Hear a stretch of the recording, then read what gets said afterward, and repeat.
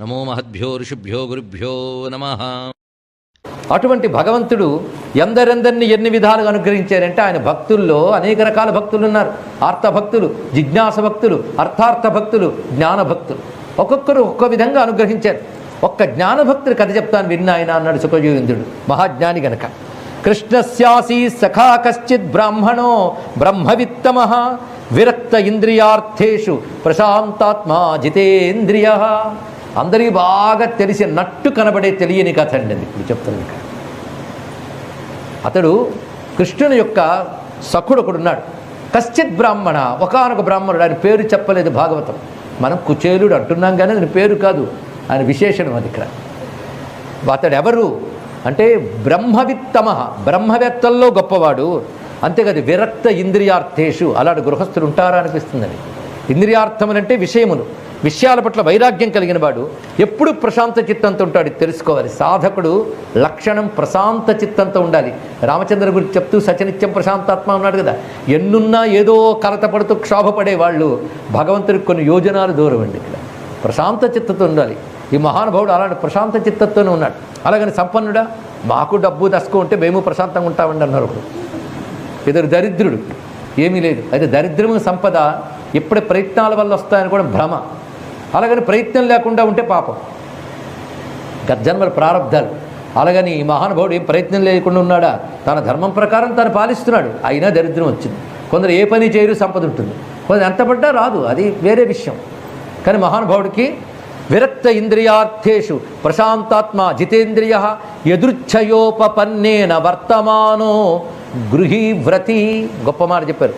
తన శ్రమతో తన ధర్మంతో ఏది లభిస్తుందో దానితో తృప్తి చెందువాడు. అది ఆధ్యాత్మిక సాధనలో ముఖ్య లక్షణం అండి. అంతేగాని బహుకటుకుపీకుడు, ఎక్కువ సంతానం ఉంది అనే పిచ్చి కథలు లేవు ఇక్కడ. తెలుసుకోండి. ఆ రోజుల్లో ఎలాగుండాలో అలా సంతానం ఆయనకు ఉన్నది ఇక్కడ. పైగా ఎదుర్ఛాలాభ సంతుష్టో ద్వంద్వాతీతో విమత్సరహ అని యోగి గురించి భగవద్గీతలో ఏది చెప్పాడో దానికి ఉదాహరణ ఈయన. అది ఎదుర్ఛయోపపన్నేనా, ధర్మంతో లభించే దాంతో తృప్తి చెందుతూ ఎప్పుడూ తృప్తిగా ఉంటూ ద్వంద్వాతీత, జీవితం నాక కష్టం సుఖం లాభం నష్టం కలుగుతూ ఉంటాయండి, వాటికి లొంగిపోకూడదు, అలా ఉండేవాడు. ఇవన్నీ ప్రాక్టీస్లోకి తెచ్చుకోవాలి. అంటే భగవద్గీతని జీవితంలోకి ప్రాక్టీస్గా తెచ్చుకున్న గొప్ప జ్ఞాని ఈ మహానుభావుడు. కుచేరుడు అనకండి పాపం, అందం పోని ఏదోటి అనాలి కదా. విమత్సరహ, మాత్సర్యం లేనివాడు. అయితే ఆయన భార్య కూడా ఆయనకి తగ్గది, అది తెలుసుకోవాల్సింది. లలిత పతివ్రతాతిలకంబు వంశాభిదాచ్య తద్భార్య దుస్సహచ దరిద్ర పీడచే కడునొచ్చి. గొప్ప తల్లి, కానీ దరిద్ర బాధ ఒకటి ఉండడం చేత తస్య భార్య కుచేలస్య, అక్కడ కుచేల శబ్దం వాడారు. కుచేలము అంటే చెడ్డ వస్త్రము ధరించినవాడు. ఎందుకంటే పేదవాడు కనుక గొప్ప గొప్ప వస్త్రాలు ఏం కాదు. అలాగని మలిన వస్త్రాలు తిరుగుతారా? ఉన్నదాన్ని ఉతుకు చేసుకుంటుంటే వాటికి అతుకులు పడ్డమో ఏవో పడుతూ ఉంటాయి. అలాంటి వస్త్రం ఉంది కనుక కుచేల అంటే అతని దరిద్ర స్థితి వస్త్రమే తెలియజేస్తుంది. ఎవరికైనా ముందు వస్త్రమే కనబడుతుందిగా, అందుకు ముందు దాన్ని చెప్పారు. కుచేల అంటే అటువంటి వస్త్రం ధరించిన వాడు. ఆయన యొక్క పత్ని పతివ్రత, ఆమె ఫలానా పేరు లేదండి. అయితే వర్ణిస్తూ సుశీల అన్నారు అంతే పోతన గారు. అంటే గొప్ప శీలవతి, అదే పేరుగా పెట్టుకున్నారు తర్వాత. మంచిదే, మొత్తం నిజంగా ఉత్తమురాలు. అలాగని మన దరిద్రం ఏంటని భర్తను సతాయించేది కాదు. ఉన్నదానితో చక్కగా గృహం నడుపుకొస్తోంది. కానీ దరిద్ర బాధ. అయితే దరిద్రం ఎలా పోగొట్టాలి అని గృహస్థగా అనిపిస్తుంది. తన ప్రయత్నం ఇంకేముందా చేద్దాం అనుకున్న దశలో ఆమె చెప్పింది ఏమనంటే, ఎవరో అనుకుంటే వేరు కానీ నీ స్నేహితుడు కృష్ణుడయ్యా. ఆయన గురించి అసలు లోకంలో చాలామంది అంటున్నారు. ఆయన వాళ్ళైతే చాలా ధరించిపోతారు. పైగా అసలు ఎరుగని వాడు కూడా కలలో ఆయన్ని తలంచినా వాడి పాపాలు పోగొడతాడైనా. గొప్ప మాట. కలలోనంతను మున్నెరుంగని మహా కష్టాత్ముడైనట్టి దుర్బలుడు ఆపత్సమయంబునన్ నిజ పదాబ్జాతంబులుల్లంబులోన్ తలపన్నంతన మెచ్చి ఆర్తిహరుడై. గొప్ప మాట అంటున్నారు ఇక్కడ. కలలో కూడా కృష్ణుడి గురించి తెలియని వాళ్ళైనా ఆపత్ సమయంలో ఒక్కసారి ఆయన స్మరిస్తే చాలు ఆయన ఆదుకుంటాడు కృష్ణుడిని విన్నాం. అదే ఆదుకొనడమే కాదు, తనను ఆశ్రయిస్తే తన్నైన నిచ్చున్. గొప్ప శబ్దం వేశారండి ఇక్కడ. నిజంగా భక్తి కలగ వారి మనస్సు కుదపబడుతుంది శబ్దంతో. అలా కదలాలండి. కొన్ని శబ్దములకి మలయమారుతం తగలగానే చిగురుట కంపించినట్లు హృదయం కదిలిపోవాలి. అది రసజ్ఞత. అది ఉండాలంటే హృదయంలో భక్తి అనే సంస్కారం ఉంటే తెలుస్తుంది. తన్నైన నిత్యును అని ఎటువంటి వాడంటే తనవి ఇవ్వడమే కాదు తననే ఇస్తట. స్మరత పాదకమలం ఆత్మానమపి యచ్చతి అనే సుఖయోగింద్రుడి వచనాన్ని పోతన గారు తగ్గదించారు. తననైనా ఇచ్చేస్తట. తననివ్వడం అంటే ఏంటండి? సంపదలు ఇవ్వడం వేరు, తననైనా ఇచ్చాడంటే భగవంతుడిని సమర్పించుకుంటాడంటే ఆత్మగా తనని అనుభూతిలోకి ఇస్తాడు. నీలో ఆత్మగా ఉన్నవాడిని నేనే అన్నదాన్ని తెలియజేస్తాడు ఇక్కడ. అని పలికిన అమ్మానిని, ఆవిడ ఎంత జ్ఞానం చూడండి మాట్లాడు. చెప్తే అయితే వెడతానన్నాడు. అయితే వెడతానంటే గృహస్థ ధర్మం ప్రకారంగా భార్య చెప్పిన ప్రకారంగా దరిద్రం పోగొట్టడానికి వెళ్ళొచ్చు. అదే నగలు కొనాలనుకుంటున్నాను, ఒకసారి కృష్ణుడి దగ్గరికి వెళ్ళిరా అన్నది ఆవిడ. అది భోగేచ్ఛ అవుతుంది. కానీ ఇల్లు గడవడం కోసం ధర్మమునకై బయలుదేరాడు ఆయన ఇక్కడ. కనుక భార్య ఆ విధంగా కోరుకోవడం సముచితమే. విప్రుడైన వాడు ఆ విధంగా యాచించడం దోషం లేదు కనుక స్వధర్మమే కనుక బయలుదేరాడు. కానీ ఆమె అన్న ప్రకారం ధర్మ ప్రకారంగా చేస్తున్నాడండి. తనకు కోరికుంది, అందుకు బయలుదేరాడు. ఆమె అడిగే ప్రయోజనం వేరు, తన ప్రయోజనం ఒకటి ఉన్నది. అదేంటంటే ఆమె అన్న ప్రకారం ధర్మ ప్రకారంగా చేస్తున్నాడండి. తనకు కోరికుంది, అందుకు బయలుదేరాడు. ఆమె అడిగే ప్రయోజనం వేరు, తన ప్రయోజనం ఒకటి ఉన్నది. అదేంటంటే అయం హి పరమో లాభ ఉత్తమ శ్లోక దర్శనం. ఇది అక్కడ ఉత్తమ శ్లోకుడు అంటే ఎవరిని కీర్తించినంత మాత్రం ధన్యమైపోతామో అటువంటి సత్కీర్తి కలిగిన పురుషోత్తముని దర్శిస్తున్నాను, అది దర్శిస్తానని చెప్పి ఆనందంగా వెళుతున్నాడు ఇక్కడ. అంటే సర్వత్రా బ్రహ్మముని చూస్తూ తాను బ్రహ్మమని తెలిసినప్పటికీ ఆ బ్రహ్మమే సగుణమై సాకారమై అవతరించాడు గనక ఆయన చూడాలని బయలుదేరుతున్నాడు ఇక్కడ. ఆ బయలుదేరుతున్నప్పుడు ఒట్టి చేతులతో వెళ్ళకూడదు. ఒకవైపు మిత్రుడు, ఒకవైపు పెద్దవాడు, ఎవరి దగ్గర గుర్తు చేతులతో వెళ్ళకూడదు కదా అనుకుంటూ ఉంటే వెంటనే ఆమె చేసింది ఏమిటంటే యాచిత్వా చతురో ముష్టీన్ విప్రాన్ పృథుక తండులాన్, కొన్ని నాలుగు ఇళ్లల్లో 4 పిడికిళ్ళ అటుకులు తీసుకువచ్చి ఆ ఉన్న కుచేలంలోనే పైన ఉత్తరీయంలో కట్టి ఇచ్చిందిట. కనుక అటుకులు దేనిలో కట్టుకున్నాడండి? కుచేలంలో కట్టుకున్నాడు, అందుకే పేరు సరిపోయింది. అటుకులు కట్టుకున్నందుకు కుచేల నామం సార్థకమైంది. లేకపోతే చేలానికి పెద్ద చెప్పుకోదగ్గది లేదు. కృష్ణుడికి ఇవ్వాలన్న అటుకులు చేలంలో మూట కట్టుకున్నాడు గనుక ఆ చేలం ధరించిన వాడిని కుచేలుడు అన్నాం. ఇది తెలుసుకోవాలి. అలా కట్టుకున్నాడా? కట్టుకుని బయలుదేరాడు. బయలుదేరుతున్నప్పుడు తోవలో అనుకుంటున్నాడు, బయలుదేరిపోయాను కానీ చిన్నప్పుడు స్నేహితుడు చదువుకున్నాం కలిసి అంటే ఇప్పుడు కృష్ణుడు అప్పుడు కృష్ణుడు ఒకటా? ఇప్పుడు ద్వారకాధీశుడు మహానగరంలో ఉన్నాడు ఆయన. ఆయన దగ్గరికి అంత తేలిగ్గా వెళ్ళగలమా? ప్రోటోకాల్ కూడా ఉంటుంది. పైగా ఎన్ని కక్షలు దాటి వెళ్ళాలో ఆయన వద్దకు. ఇలా అనుకుంటూ ఉన్నట్ట. ఇలా అనుకుంటూ ఉండగానే అంతఃపురం దగ్గరికి వెళ్ళిపోయాడు. ఇది రహస్యమైన అంశం అండి ఇక్కడ. అంటే పోతన గారికి కొంచెం డ్రామా చేశారు. ద్వారకా నగరానికి ఎలాగెళ్తాను, ఆ తోవలో ద్వారపాలకులు కానీ అడ్డగిస్తే వాళ్ళకి ఏదైనా ఇచ్చి వెళ్ళిపోదామా అంటే నా చేతిలో చెల్లి గవ్వలేదే అని రాసేశారు. కానీ అప్పుడు ఇచ్చేస్తే పుచ్చుకుని పంపించే భటులు అప్పుడు లేరు నిజానికి. కానీ ఇప్పటి వాళ్ళని ఉద్దేశించి ఆయన చెప్పించాడు. కానీ కృష్ణుడి దగ్గర అలాంటి దుర్బుద్ధి ఉన్నవాడు ఎవడు ఉండడు. కానీ ఇలా అనుకోవడానికి ఏముంది, అంత తేలిక కాదు కదా మహాత్ముల వద్దకు. అందుకు అనుకుంటూ ఉండగా అంతఃపురంలోకి వెళ్ళట. ఇక్కడ తెలుసుకోవాల్సిన విషయం ఏంటంటే తన కోసం బయలుదేరిన వాడికి ఏ అడ్డంకి లేకుండా తన దాకా పరమాత్మే రప్పించుకుంటాడు. అది దాని యొక్క గొప్ప విషయం అండి. ఆయన అనుగ్రహం లాంటిది. అలా అనుకుని ఏకంగా ఎక్కడికి అంతఃపుర ముఖద్వారం దగ్గర నిలబడ్డాడండి. ఇక్కడ అంతఃపురానికి వెళ్ళాలన్నా ఎన్ని దాటుకు వెళ్ళాలండి, అన్ని అనుమతులు అవన్నీ క్లియర్ చేసాడు స్వామి. ఇతడు చూసేరు పరుగులు అక్కడ ఉన్నాడు. పైగా అంతఃపురం ఎలా ప్రకాశిస్తోంది, ఎంతవరకు కృష్ణుడిని తలంచుకుంటూ ఎటొస్తున్నాడో తెలియలేదు ఆయనకి. కృష్ణుడికంటూ బయలుదేరాడే కానీ దారితను తెలియకపోతే ఆయనే తన దారికి రప్పించుకున్నాడు. ఇక్కడ ఆ వచ్చిన వాడు ఒక్కసారి చూస్తున్నాడండి. అద్భుతమైన భవనం అది అంతఃపురం కూడా. ఆ స్వర్ణాది ధాతువులతో రత్నాలతో ప్రకాశిస్తున్నది. అందులో గొప్ప హంసతూలికా తల్పం.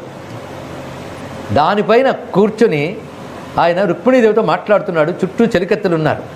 అలాంటి కృష్ణుడిని చూశాడు. చూసి సిగ్గుపడ్డాడు. ఏమిటి భవనం, ఏమిటి పరమాత్మ, నేనెక్కడ? పైగా పేదవాణ్ణి. కుచైలం మలినం క్షామం ద్విజం ధమని సంతతిం.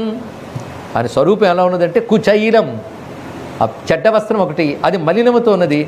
క్షామం, తిండి తిప్పలు సరిగ్గా లేవని తెలుస్తూ స్వరూపమే బక్కగా ఉన్నాడు, బక్కబాపడు. ధమని సంతతం, నరాలు కనబడుతున్నాడు పైకి. అలాంటి స్వరూపం అండి. ఏ బొమ్మ కట్టినట్టు వర్ణించారు. అలా నిలబడ్డాడు గుమ్మం దగ్గర. కృష్ణుడు వెంటనే చూశాడు. ఒక్క క్షణం కూడా ఎదురు చూసేలా చేయలేదండి. అది తెలుసుకోవాలి ఇక్కడ. ఒక క్షణం నిలబడ్డాక చూశాడు కాదు, ఇలా నిలబడ్డాడు లేదు అలా చూశాడు. చూస్తేనే హరి అని లేచాడండి. లేచి ఆయన వైపు ప్రేమగా వెళ్ళిపోతున్నాడు, పేరుతో పిలుస్తుంది. ఇక్కడ చూసారా? అంటే ఊహించిన దాన్ని మించి ఆయన ఆదరణ. ఎవరు ఎక్కడో చూసినట్టుందే కూడా లేదు మహానుభావుడికి. చూసి వెంటనే వెళ్ళిపోయి ఆలింగనం చేసుకున్నాడు కృష్ణ పరమాత్మ. ఊహించిన దాన్ని మించి ప్రేమగా ఆలింగనం చేసుకుంటే ఆజానుబాహు యొక్క ఆలింగనంలో ఆ బక్కబాపుడు ఒదిగిపోయి ఆనందాస్తులు రాలుస్తూ ఒళ్ళు పులకించిపోయిందండి మహానుభావుడికి. తర్వాత భుజం మీద చెయ్యి వేసి తిన్నగా తీసుకువెళ్ళి ఇంతవరకు ఏ హంసతులికా తల్పంపై లక్ష్మీస్వరూపిణైనటువంటి రుక్మిణీదేవితో కబుర్లాడుతూ కూర్చున్నాడో ఆ తల్పంపై ఆ మహాత్ముడిని కూర్చోబెట్టి కింద పాదపీఠం మీద బంగారు పళ్ళెం పెట్టి కాళ్ళు కడిగాడు కృష్ణ పరమాత్మ ఇక్కడ. అది చూస్తూ అక్కడున్న అంతఃపుర కాంతలు ఆశ్చర్యపోతున్నారు. అంతే రుక్మిణీదేవిని సైగ చేశాడు. వింజామను పట్టుకుని వీచుతున్నదా విప్రుడికి. ఎటువంటి దృశ్యం ఇది! ఎట్టి తపంబు చేసెనకు ఈ ధరణి దివిజొత్తముండు తొల్బామున. ఏ తపాలు చేశాడో గత జన్మలో. యోగి ఉపాస్యకుడై తనరారు ఈ జగత్స్వామి రమాధినాథు నిజతల్పమునన్వసించు ఉన్నవాడు ఈ మహనీయ మూర్తికనయే ముని పుంగవులెంతవారలు. ఎంతమంది మహాత్ములు ఆయన కోసం తప్పించిపోవడం లేదు. ఈ పేద బాపడికి ఎంత భాగ్యం లభించింది. పైగా తన పర్యంకమందు వనితామణి అయిన రమాలలామ పొందును నెడగాదలంపక ఎదుప్రవరుండు ఎదురేగి మోదముంతనుకగ కౌగిలించి ఉచిత క్రియలన్ పరితుష్టు సేయుచున్ వినయమునన్ భజించే ధరణీసురుడెంతటి భాగ్యవంతుడో. ధరణీసురుడెంతటి భాగ్యవంతుడో. ఎట్టి తపంబు చేసెనకు ఈ ధరణి దివిజొత్తముండు తొల్బామున. ఏ తపాలు చేసాడో గత జన్మలో. యోగి ఉపాస్యకుడై తనరారు ఈ జగత్స్వామి రమాధినాథు నిజతల్పమునన్వసించు ఉన్నవాడు ఈ మహనీయ మూర్తికనయే ముని పుంగవులెంతవారలు. ఎంతమంది మహాత్ములు ఆయన కోసం తప్పించిపోవడం లేదు. ఈ పేద బాపడికి ఎంత భాగ్యం లభించింది. పైగా తన పర్యంకమందు వనితామణి అయిన రమాలలామ పొందును నెడగాదలంపక ఎదుప్రవరుండు ఎదురేగి మోదముంతనుకగ కౌగిలించి ఉచిత క్రియలన్ పరితుష్టు సేయుచున్ వినయమునన్ భజించే ధరణీసురుడెంతటి భాగ్యవంతుడో. ధరణీసురుడెంతటి భాగ్యవంతుడో. ఏమిటయ్యా స్వామి అంత ప్రేమ అతని మీద. ఆఖరి లక్ష్మీదేవిని కూడా పక్కకు పంపించేసి అతన్ని ఎలా చేరదీసావంటే ఆయనే డిక్లేర్ చేసేట్టు భగవద్గీతలో. నా భక్తులు అనేక మంది ఉంటారు కానీ తేషాం జ్ఞానీ నిత్యయుక్త ప్రియోహి జ్ఞానినోత్యర్థం అహం సచ మమ ప్రియ. 4 రకాల భక్తుల్లో జ్ఞాన భక్తులు నాకు అత్యంత ప్రీతిపాత్రులు. వారికి నేనే ప్రియము, నాకు వారే ప్రియులు అని తానే ప్రకటించారు ఇక్కడ.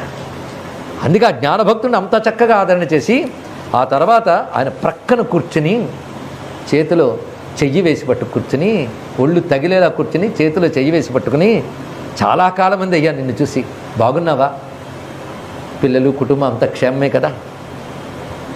ఎలా మర్చిపోతాం చెప్పు గురుకులంలో మనం గడిపిన రోజులు. ఆ సాందీపని వద్ద మనం ఆశ్రమంలో ఉన్నప్పుడు ఆ రోజులు ఒక్కొక్కటి ఎంత మధురంగా గడిచాయి. గుర్తున్నాయా? బాగా గుర్తుపెట్టుకోవాల్సింది గురువుగారు మన పట్ల చూపించిన ప్రేమ వాత్సల్యం. ఎంత బాగా చూపించారు అంటే ఒకసారి మనందరం కూడా కుశలు సమిధులు తీసుకురావాలని అడవిలోకి వెళ్ళాను. గుర్తుందా? నువ్వు ఉన్నావు. అడవిలోకి వెళ్ళగానే ఒక్కసారి కారు మబ్బులు కమ్ముకున్నాయి, వర్షం వచ్చేస్తుంది. అప్పుడు మనం ప్రయాణం చేసి వచ్చే అవకాశం లేదు ఆశ్రమానికి. అక్కడే చిక్కడిపోయాం. క్రమంగా వర్షం వెలిసింది కానీ రాత్రి అయిపోయింది. దారి ఎటు వెళ్ళాలో తెలియని పరిస్థితుల్లో పిల్లలు ఏమైపోయారని గురువుగారు దీపం వెలిగించి వెతుక్కుంటూ మన కోసం వచ్చారు. ఇక్కడ వచ్చి మనల్ని చూసి ఆయన మనసు ఆర్ద్రమైపోయి కటకట ఇట్లు మా కొర్రకు గాజను దెంచి మహాటవిన్ సముత్కట పరిపీడనొంది తిరిగావున శిష్యులు మారుణంబు నీగుటకిది కారణంబు సమకూరెడిబో ఇట మీద మీకు. అప్పుడు ఆయన దయతో కళ్ళు తుడుచుకుంటూ మా కోసమని మీరు ఇంత కష్టపడ్డారు. శిష్యుల పట్ల ప్రేమ చూడండి. అదే కష్టపడికి ఏం చేస్తారు, శిష్యులు కదా అనలేదు. మా కోసం ఇంత కష్టపడ్డావే, మీ అందరూ పాపం నా హృదయాన్ని చూరగొన్నారు, మీకు ఆశీర్వదిస్తున్నాను. విస్ఫుట ధనబంధుదార బహుపుత్ర విభూతి జయాయ రున్నతుల్ ఇట మీద మీకు సమకూరెడిబో. మీకు భవిష్యత్తులో ధనములు, పదవులు, విద్య, జ్ఞానము, కీర్తి ఇవన్నీ లభించుగాక అని ఆశీర్వదించారు కదా. చెప్పడం చూడండి కృష్ణుడి మాటలు. ఆయన ఆశీర్వదించడం వల్ల ధనము, అలాగే సంపదలు అన్నీ లభిస్తాయని ఆశీర్వదించారు కదా. కానీ గురువులు అన్న మాట పొల్లిపోతుందా చెప్పు అన్నాడండి. ఎన్ని భావాలు అందులో. అంటే దరిద్ర బాధ తాళలేక మీ ఆవిడ పంపింది, కానీ గురువుల ఆశీర్వచనాల్లో నీకు దరిద్రం ఉండదు, కానీ గురువు మాట పొల్లిపోదు, అది తెలుసుకో అన్నట్టు చెప్పాడు ఇక్కడ. ఏమి అరగనట్టు. పైగా చిన్నప్పటి లీలన్నీ ఇప్పటికీ గుర్తున్నాయని చెప్పడంతో కృష్ణుడు ఎంతటి వాడో మర్చిపోలేదు, మనవాడే అని మరింత చనువు ఏర్పడుతుంది. ఇన్ని భావాలు కలిసేటట్టు మాట్లాడడం స్వామికి తప్ప ఎవరికి చేతనవుతుందండి. మాట అంటే కృష్ణుడిదే, చూపు అంటే ఆయనదే, చేత అంటే ఆయనదే. అంత చక్కగా మాట్లాడాడు సాభిప్రాయంగా. అప్పుడు ఆయన మురిసిపోతున్నాడు అవన్నీ తలంచుకుంటూ. ఆ కృష్ణుడితో అంటున్నాడు, అంటే మునుపొచ్చినప్పుడు ఇలాంటి స్వామి ఏమిటి అనుకున్న భయం ఆలింగనంతోనే సగం పోయింది, కూర్చోబెట్టుకున్నాక ఇంకా సగం పోయింది. ఈ కబుర్లు చెప్పాక మళ్ళీ ఆ రోజుల్లోకి వెళ్ళిపోయారు. వెళ్ళిపోతూ ఆ రాత్రంతా ఇవే కబుర్లుట. ఎలా గడిచే ఆ బాల్యం, రాత్రి నిద్రలేదు, కబుర్లే. అప్పుడు ఒక మాట ఆయన అంటున్నాడు, మనము అధ్యయనంబు చేయించు అన్యోన్య స్నేహవాత్సల్యం చేయు కృత్యములు మరవవు కదా. అవన్నీ తలుచుకుంటూ వనజోదర గురిమందిరమున మనము వసించునాడు ముదమున గావించిన పనులెవ్వియు. మనం గావింపని పనులెవ్వియు కలవి. ఆనందంతో మనం చెయ్యని పనులు ఉన్నాయా? ఎంత ఆనందంగా విహరించాం. అవి అలా ఉండని. గురువు అన్న మాట నిజమవుతుంది, కానీ గురువు గురువు నువ్వు అంటున్నావు, కానీ నీకెవరయ్యా గురువు? నువ్వు త్రిజగద్గురువు, ముల్లోకాలు గురువు నువ్వు. కానీ గురువులన్నా జగద్గురువు ఆమోదించితేనే ఏదైనా జరుగుతుంది కదా అన్నాడు. నిజమే. అంటే ఈయన అభిప్రాయం ఈయన చక్కగా చెప్పాడు. గురుమతి దళపగ త్రిజగద్గురుడు వనందగిన నీకు గురుడనగా ఒండరుడెవడింతయు నీ కరయగ విడంబనంబే అగుగాద హరి. ఇదంతా నీకు లేల స్వామి అంటూ ఉంటే ఒక్కసారి చూశాడు, ఏం తేలేదా నా కోసం అన్నట్టు కృష్ణుడు. ఒక్కసారి చూశాడు, ఏం తేలేదా నా కోసం అన్నట్టు కృష్ణుడు. అంటే ఏదైనా ఆశించేవాడు కాదు, ఇతడు తెచ్చుకొచ్చేడన్న విషయం తెలిసినవాడు. తెచ్చుకొచ్చినవాడు ఇవ్వలేదు ఎందుకు అంటే, ఎంత సందట్లో కృష్ణుడు దృష్టిలోకి పడకుండా వెనక్కి పెడుతున్నట్టు దాన్ని. ఆ మూటను మాత్రం కనబడినివ్వట్లేదు. ఏదైనా కృష్ణ భవనం కృష్ణుడిని చూశాక, ఇదిగా ఆవిడ పంపించిందయ్యా అని ఈ అటుకులు, పైగా అడిగి తెచ్చిన అటుకులు ఇస్తాడా? ఇన్నున్నవాడికి ఏమిస్తాను, కనుక భగవానుడికి ఏమిస్తాను ఇన్నున్నవాడికని తను తెచ్చినది, అంటే కృష్ణార్పణం అని తెచ్చినది ఇవ్వకుండా వెనక్కి దాచిపెడుతున్నాడు ఆయన. అది గమనించాడు ఆయన. ఏం తెచ్చేవేమిటి అన్నాడు ఇక్కడ. అబ్బే ఏం తెస్తానయ్యా, నీకేమి ఇవ్వగలనయ్యా అన్నాడు ఈయన. అనగానే చిన్న నవ్వు నవ్వి, పత్రం పుష్పం ఫలంతోయం యో మే భక్త్యా ప్రయచ్చతి తదహం భక్త్యుపహృతం అశ్నామి ప్రయతాత్మన. భగవద్గీతలో ఈ శ్లోకం ఉంది, అదే శ్లోకం ఇక్కడ కృష్ణుడే అంటున్నాడు. అక్కడ అన్నవాడు ఆయనే లేండి. తేకపోవడం ఏంటి, ఏదో తక్కువ తెచ్చాను ఎక్కువ తెచ్చాను అనుకోకు. ఏ తక్కువైనా సరే భక్తితో తెస్తే, భక్తితో తెచ్చాడు కనుక పుచ్చుకుంటాను. రెండు మాటలు. భక్త్యా భక్త్యుపహృతం, భక్తితో ఇస్తే భక్తితో ఇచ్చాడు కనుక పుచ్చుకుంటున్నాను. అంటే నాకు పదార్థం ప్రధానం కాదు, భావం ప్రధానం. ఆ భావం ఏ పదార్థం మీద పెడితో అదే నాకు పరమ ప్రీతి. అక్కడ నేను తీసుకుంటేది పదార్థం ద్వారా భావాన్ని తీసుకుంటున్నాను అని చెప్తూ చొరవగా చెయ్యి చాచి, ఆ చొరవలో కూడా స్నేహమే. అలా తీసి మూట విప్పి అటుకులు తీసి, అటుకులు తెచ్చావా నాకు ఎంత ఇష్టమో అన్నాడు. దీన్ని బట్టి నేను చాలా చోట్ల చూశాను, భాగవతంలో ఈ వృత్తాంతం చెప్పినప్పుడు అటుకులు ప్రసాదం పెట్టాలని వాళ్ళు పెట్టుకున్నారు ఇక్కడ. అంటే కృష్ణుడు అటుకులు ఇష్టం అని కాదు, భక్తి ఇష్టం అని తెలుసుకోవాలి. అక్కడ నుంచి ఆయన అటుకులే పెట్టేస్తుంటే ఎలా అండి ఇక్కడ. ఆ ప్రేమగా తీసుకున్నాడు.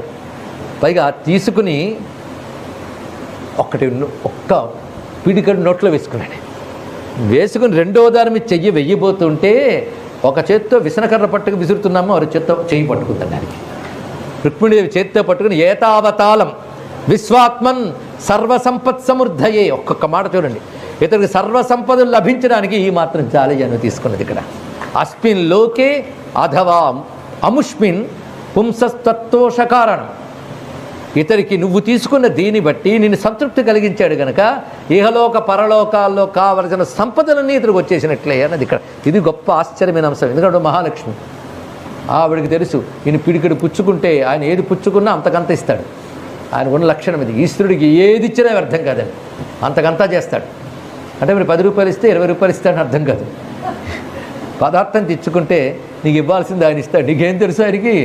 అంతేగాని నెయ్యి డబ్బా నెయ్యి యజ్ఞంలో వేసానంటే భగవంతుడు 2 డబ్బాలు ఇచ్చాడు అనుకోండి, ఎవడైనా యజ్ఞం చేస్తాడా? అంటే నువ్వు వేసే పదార్థాలకి నువ్వేమి ఇవ్వాలో ఆయనకి తెలుసు. ఇక్కడ మొత్తానికి భగవానుడు ఎలా అనుగ్రహించాడు అనేది ఈయనకి తెలియదు, ఆవిడికి తెలుసు. ఈయనకేం అర్థం కావట్లేదు. ఆయన పుచ్చుకుంటున్నాడు, సంతోషించాడు, ఒక్కడే ఈయనకి తెలుసు, ఇంకేం తెలియదు. ఆవిడ మాట్లాడింది. ఆ మాట కృష్ణుడిగా అర్థమైంది. ఎందుకంటే మొత్తం పుచ్చుకున్నామనుకో, నాతో సహా ద్వారకంతా ఆయన ఇంటికి వెళ్ళి ఊడిగం చేయాలి. చాలు పుచ్చుకున్నది చాలు, ఏతావతాలం.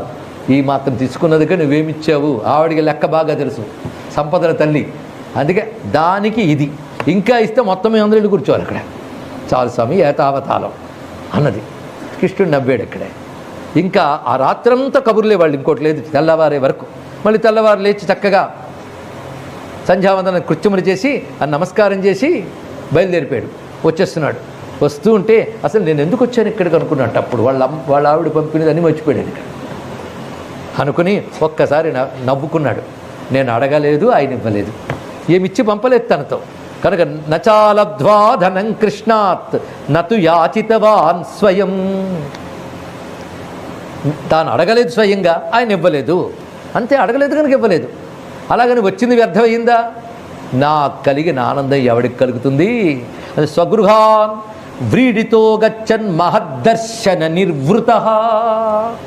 సాక్షాత్ పరమాత్మని దర్శించేనే, ఆయన్ని కలిసేనే, ఆయన మాటలు విన్నానే మహాలాభం నాకు లభించింది అని తృప్తి పడుతూ వెళుపుతున్నాడు. ఎందుకు ఇవ్వలేదు భగవానుడు?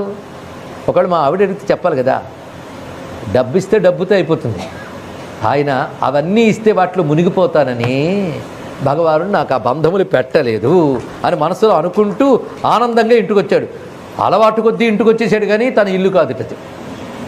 అత్యద్భుత భవనంగా మారిపోయింది. పైగా చెలికత్తులతో సహా వస్తుంది, ఆభరణ భూషితే. ఏమిలాగా? ఎవరు నువ్వు? నా భార్య మొహం చూసి పోల్చుకున్నారు, కానీ మన ఇల్లు కాదు ఇదంటే. మనదేనండి, మీరు అక్కడికి వెళ్ళారు, ఏం జరిగిందో తెలియదు, కానీ ఇక్కడ ఇలా మారింది. ఒక్క పిడికిడు అటుకులకి అంత ఇచ్చాడు. చూడండి ఇక్కడ భగవానుడు అనుగ్రహం ఇది అనగానే ఆ తర్వాత ఇంకేం చేశారు? వచ్చిన డబ్బంతా ఎలా దాచుకోవాలి, దేనిలో ఇన్వెస్ట్ చేద్దాం, ప్లాట్ కొందామా, గోల్డ్ కొందామా, ఇంకా వాళ్ళిద్దరి మధ్య చర్చలు, భేటీలు అవి ఏం జరగలేదు. అది తెలుసుకోవాలి ఇక్కడ. ఏం చేశారు అక్కడి నుంచి అంటే ఇత్థం వ్యవసితో బుద్ధ్యా. అది లభించిన తర్వాత ఇదంతా ఈశ్వర ప్రసాదం, ఈ ధర్మార్థమే వినియోగింపబడుగాక, ఇది మనది కాదు, ధర్మార్థమే వినియోగింపబడుగాక అని నిర్ణయించుకున్న వారి గొప్ప శ్లోకం చెప్తున్నాడు ఇక్కడ. ఇత్థం వ్యవసితో బుద్ధ్య. వ్యవసితో బుద్ధ్య అంటే నిశ్చయాత్మక బుద్ధి కలవాడి. నిశ్చయాత్మక బుద్ధి ఒక్కటే, బ్రహ్మమునందు నిలిపిన బుద్ధే నిశ్చయాత్మక బుద్ధి. ఆ బ్రహ్మమునందు ఏ బుద్ధి ఉన్నదో ఇదివరకు అది చెక్కు చెదరలేదు. అదే బ్రహ్మనిష్ట, అదే వైరాగ్యం, అదే భగవద్భక్తి. అలా ఉన్నవాడై భక్త అతీవ జనార్దనే, అతీవ భక్త జనార్దనే, జనార్దన్ని యందు మిక్కిలి భక్తుడు. మిక్కిలి భక్తుడు అంటే జ్ఞానభక్తుడు అయినటువంటి వాడై విషయాన్ జాయయాత్యక్షాన్ బుభుజే నాతి లంపట. భార్యతో సహా విషయములను విడిచిపెట్టి. ఇదేదో వింత పదం వేశారండి. అంటే భార్యతో సహా అంటే భార్య పట్ల విషయముల పట్ల కూడా వైరాగ్యం ఉంది. అదే నీ మొహం చూడను, ఈ మధ్య వైరాగ్యవంతుడు అయిపోయాను సుమా, నువ్వంటే చిరాకు పుడుతుంది అంటే వాడు దౌర్భాగ్యం అంటారు. వైరాగ్యవంతుడు తెలుసుకోండి. ఇక్కడ వైరాగ్యం అంటే అవతల మీద ప్రేమరహస్యం కాదు. ఇక్కడ దేని యందు లంపటము మోహము ఉండదు. ఎందుకంటే ఆ రెండు ఉంటే ధర్మాన్ని తప్పే ప్రమాదం ఉంది, భగవంతుని మరిచే ప్రమాదం ఉంది. ఏ దేనితో లంపటం ఏర్పడినా అధర్మం చేయడానికి వెనకాడు, తెలుసుకోండి ఇక్కడ. అందుకే జ్ఞాని అనేవాడు, భగవద్ అభిముఖమైన వాడు లంపటాలకు దూరంగా ఉంటాడు. పైగా ధనం కూడా లభించాక లంపటాలు ఇంకా పెరుగుతాయి. ఇది భారీ ప్రేమ పెరుగుతుంది కదా ధనం లభిస్తే. అది పెరిగితే ఇంకా చాలుతో ఇంకా పెరుగుతాయి. ఇంకా డబ్బుని పెంచే పద్ధతులు పెరుగుతాయి. ఎన్ని లేవు ఎక్స్చేంజ్లు, స్టాకులు. కానీ మహానుభావుడు వాటి వేటి జోలికి వెళ్లకుండా జాయయా విషయాన్ త్యక్త్వా అంటే భార్యతో పాటు విషయమును విడిచిపెట్టు. అంతేకాదు భార్యతో సహా అంటే తాను భార్య కలిసి వైరాగ్యవంతులై అని అర్థం తీసుకోవాలి ఇక్కడ. ఆవిడ అటువంటి ఆవిడే విడిచిపెట్టి నా అతి లంపట అంటే గృహస్థుగా ఎంత అవసరమో అంత మాత్రమే చేస్తూ, లంపటు కాకుండా ధర్మార్థమైన భోగమును మాత్రమే స్వీకరిస్తూ పత్నీ సమేతుండై నిఖిల భోగములయందు ఆసక్తి బొరయక రాగాది విరహితుండును నిర్వికారుండునై అఖిల క్రియలయందు అనంతుని అనంత జ్ఞాన సుధార సంబోధం చొక్కుచు విగత బంధనుండై అపవర్గ ప్రాప్తి నొందే. ఒక్క మాట చెప్పారు. నిరంతరం ఆయన ఆస్వాదిస్తున్నది మాత్రం ఒక్కటే, డబ్బును చూసి కాదు. అనంతుని అనంత జ్ఞాన సుధారసం, అనంతుని యందు ధ్యానము అనంతముగా నిలిచి ఆయన యందే మనస్సు నిలబెట్టి గృహస్థ ధర్మంగా చేయవలసింది మాత్రము కృష్ణార్పణ బుద్ధితో చేస్తూ ముక్తిని పొందేడయ్యా ఆ మహానుభావుడు.